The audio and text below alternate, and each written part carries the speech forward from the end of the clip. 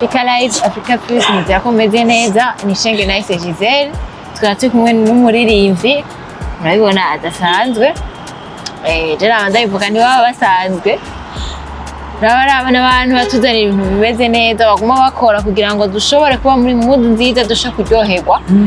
Sindamupresenta ngo ndamuvuge ariko ubwiwe arivuga. Ego, karibu. Yeah. Shalom shalom. Ku mazina yanje nitwa Janine Uwimana canke Jaja Gospel. Nkaba ndumuririmvyikazi wa Gospel. Murakoze cyane. Ego. Ni Jaja Gospel mwavyumvise nkuko ahejeje kuvyivugira, akaba ari no top 5 winner muri EAC live show abasanzwe badukurikirana mu muca muyimenya.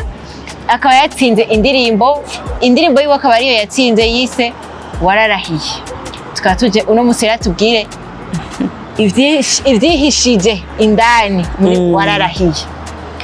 Twagiye kibazo cyane ndakubaza kiravuga gutya anye mbega wararahiye yakujemo gute vyagenze gute kugira ngo wiyumvire kuririmba wararahiye? Ya wararahiye n'amajambo ari muri Bible. Bibiri iratubwira ngo Imana irirahira ati ndirahiye ni je uhoraho ndabivuze ntaho nzobonera abana banje mu vyago nkuko umuvyeyi ababara abana biwe ni kuhoraho ababara abana biwe. Rero ugaca usanga abantu benshi baraca mu vyago bitandukanye, ugaca usanga rero barihebuye baracitse intege, kandi Imana ubwayo yarirahiye yuko itazobona abana bayo mu vyago. Mbega ntagujanye kure avanye yuko twinjira cyane indani mu ndirimbo woducishirizaho kugira ngo n'umuntu atashobora kuronka akajya ko kuyumva akakanya ayumva. Wararahiye urirahira kutazobona abana bawe mu vyago. Wararahiye urirahirira kutazobona abana bawe mu vyago. Mwavyumvise yararahiye arirahira ko utazobona abana bayo mu vyago. Mbega ni igiki cyo cyaragutumye wandika iyo ndirimbo? Ni situation wari urimo canke tubwire ikiba cyaragutumye si situation mbi narimwo canke novuga yuko ari inspiration bivanye nuko abaririmbyi bategura. Kubera mu buzima umuntu arashobora gutegura ikintu ariko ugasanga ca kintu yateguye nawe kimushitseko, canke ugasanga maybe wari kuririmba indirimbo uririmba bivanye n'igihe tuba turimwo ariko ugasanga nawe ivyo bihe biragushitseko. So nico gituma twebwe ivyo bibagerako natwe bitugeraho. Indirimbo zose turirimba suko twe tutaba dufise ibibazo canke suko twe tutaba dushaka zirya ndirimbo, tuba dushaka indirimbo ziduhumurize twese muri rusangi uri kwarayumviriza nawe we wayanditse, kubera ni wotamba wirorera. So uririmba ibihe ubona yuko bijanye, ugaca ubona rero kwandika indirimbo ukabona yo guhumuriza abantu baba bari mu bibazo bitandukanye kugira bijya bibazo ntibacike intege bivanye n'ibibazo baba barimo.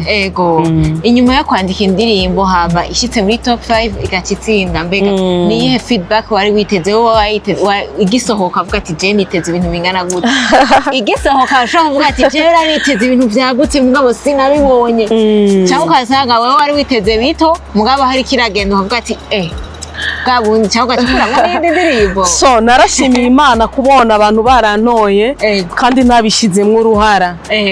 Kubera n'ubwa mbere je ntogwa ntakoze. So bica binyereka rero yuko mfise abantu bariko barankurikirana, kandi n'ikintu nashimye cyane gose bivanye niki maze kumva yuko indirimbo yanje Wararahiye niyo yaronse ikibanza ca mbere kuri Facebook, ironka n'ikibanza ca mbere ku bantu bariko barakura. So rero jewe byaranejereje cyane, ndabona yuko kumbe nanje ndafise abafanzi, ndafise abantu naho ntoba ntahari babikora neza bagukuma bagukura. Mbega inyuma yuko itsinze muri top 5 nivyo ni feedback waronse imwe nta yindi feedback nk'aba collabo iki nyene kuja abaririmbyi basaza babikora so nguma ndonka abantu benshi bambwira indirimbo ni nziza kandi indirimbo wayipanze neza waragize akarape rero bica bimpa yuko ariko kaducishirije kugira ngo umuntu ariko arabona akumve rero benshi batunguwe no kubona ko karape ingene nakaririmbye dufasha kugira ngo n'umuntu ariko arakarambwa ati bwawe nimwe n'umwe ndabibonye mwene data ndakubwire ni kuki wiganyira ni kuki wihebura bibwire Yesu niwe nshuti ya byose niwe nshuti ya bose ni watanga amahoro ni watanga ibyizigiro ngwino ko Yesu umwana wa mamuro nk'iherezo cy'ubuzima burama subiza amaso inyuma wibuke ku musaraba niho twacyunguriwe niho twabohokeye ku musaraba niho byose byarangiriye mwabyumvise naririmba gusa bisanzwe narakarashirako aracabibaza ati mbega ibya bintu abishobora gute tumenyereye mwenga ibintu nk'ivyo bishoboye bangana nk'ukubonye rap imenyereye abantu bake cyane so umuntu wese aririmba rap big up kubera ni ikintu kigoye cyane ni ikintu gifata umwanya ni ikintu gifata impemu nyinshi jeje nyene ku bwanje vyarangoye ku buryo mbona yuko rap iragoye gutya oya narisanze ndirimba gusa nyene ibisanzwe byageze gute ngo wiyumvira gushaka akarap ndano ati je nukunda ndirimbo ndabona no gashiramo ni ikintu numva nkunze rap nkabona umengo no gashiramwo mu ndirimbo ko hindura yindi shusho rero narikajije ndavuga vraiment muri no ndirimbo ngomba gusora ngomba shiremwo akantu k'akarape ndabe aho ubushobozi bwanje bwo babugera nde byo muhape hakunda gukurikirana abaririmbyi bo barape yabo ndakunda kubona Mukombozi ba Fizo bande bose muri gospel nta numuraba wewe muri gospel MTC niyo mpora mbona barapura mugabo mu baririmbyi baririmba ku giti cyabo novuga ko nduwa mbere nagerageje uno musi wabashize hamwe n'abandi bose bavuga ati jewe ndazi eko nogakubita kwera abaririmbyi benshi b'abakobwa baririmba amarap wewe wihaye ikibanza uvuga ati jewe jaja jewe wa mbere ariko ndabona peut-être nshobora kuvuga ngo nduwa mbere kumbe ntari nuwa mbere peut-être hakaba hariho nabandi babizi mu bisho mugabo batarabiserura mubaze kubona bari hanze wowe hikamba bati turamuhaye ikamba n'uyu akwiye gutwara urugori mu bakobwa rape muri gospel aho iwacu sindabona nuwo ndumva ntabuzi na nuwo ndumva dufate rero ko ari wowe kubera ari we tubona na Jesse Kirenga ndacigaga ndiko ndiga ndiko ndaba yuko mu misi yoza no menya no kurapura ku buryo nobona yuko nosaba na Mukombozi featuring akayimpa canke umuraperi wari wese no mwegera nkamubwira ndafise impano kandi shaka impano yanje ndayiserure ndayikuze mugabo ndashaka kumwigisha feedback indirimbo inyuma ya top 5 inyuma ya top 5 vraiment koze n'ibindi biganiro abantu barabishimye barambwira felicitation n'ubu baracambwira felicitation umuntu wese agiye kuri Facebook akabona ijya top 5 arambwira vraiment courage felicitation indirimbo ni nziza so abafanzi bazi gutora ikintu babonye iyo gifise quality ikintu ari ciza umuntu wari wese arashobora kugutora kandi mutazinanye adakurikira n'ibintu vyawe ariko mu gihe yumvirije ijya ndirimbo akumva yuko nawe iramunyuza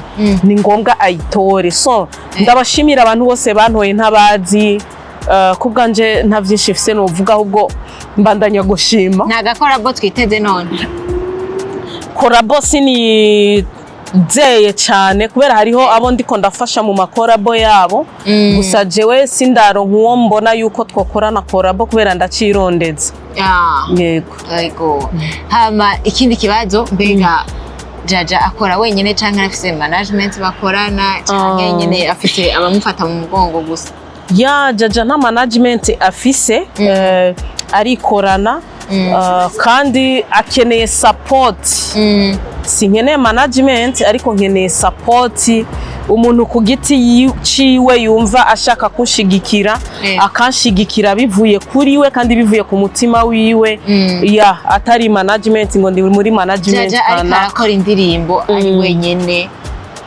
ngira hari ibintu bigorana sivyo, hari bigenda neza hari bigorana sivyo, nk'umuntu atagira management mbega cyane cyane kuri warirahiye ni ikihe kintu cakuguvuga ati vraiment je ndiko ndakora indirimbo ibi bintu birangora cyane? Ya wararahiye n'indirimbo nakoze kandi indirimbo nakoze nkunda nshaka, mugabo ahabaye ikibazo naho kuri rap, kubera rap yarafashe umwanya munini cyane, narafashe umwanya urenga nk'ukwezi n'indwi zibiri, kandi je indirimbo ndayandika iminsi ibiri canke umunsi umwe, umunsi wa kabiri nkayishira kuri prope, ariko wararahiye kajya karape gusa narafashe ngira n'ukwezi kose ngenda mu barabara nk'umusazi ngene data ndakubwire bagashaka no kungonga nkibaza none ibi bintu nibiki, kumbe rape abarapere bameze nk'abasazi, erega narabibona nkabona umengo ni ibintu bisanzwe,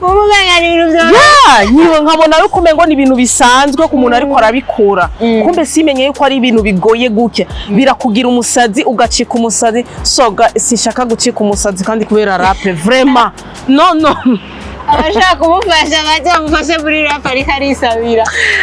Rap iragoye, abarapere bose big up vraiment, rap iragoye ni ikintu gitwara inkomezi nyinshi, umwanya wose uguma wiyumva kugira aho nyene ajya amajambo yatondeke wumve yuko yagiye no ku murongo ugomba kuyasohora, si bwa bwana vraiment, si bwa bwana hatari twizera neza yuko bariko baravyumva bazodufasha sivyo none na cyane gose ushobora kuduza impano nawe ngo maze gudekuvura maze kumenya iri buri wewe, so tubwire akajambo ubwira abantu bariko baradukurikirana nico mvo babwira inyuma y'indirimbo yawe. Icambere kwanza shime cyane abantu bose bako baradukurikirana, shimire n'abantu babandanya gukurikirana ibikorwa vyacu, hama babandanye gukurikirana ibikorwa vyacu kuri YouTube ni Jaja Gospel, indirimbo zose ziri hajya kuri TikTok, kuri Facebook, kuri page yanje ni Jaja Gospel, hama namwe ndabashimira. Ego murakoze cyane. Ego Africa Live, Africa Plus.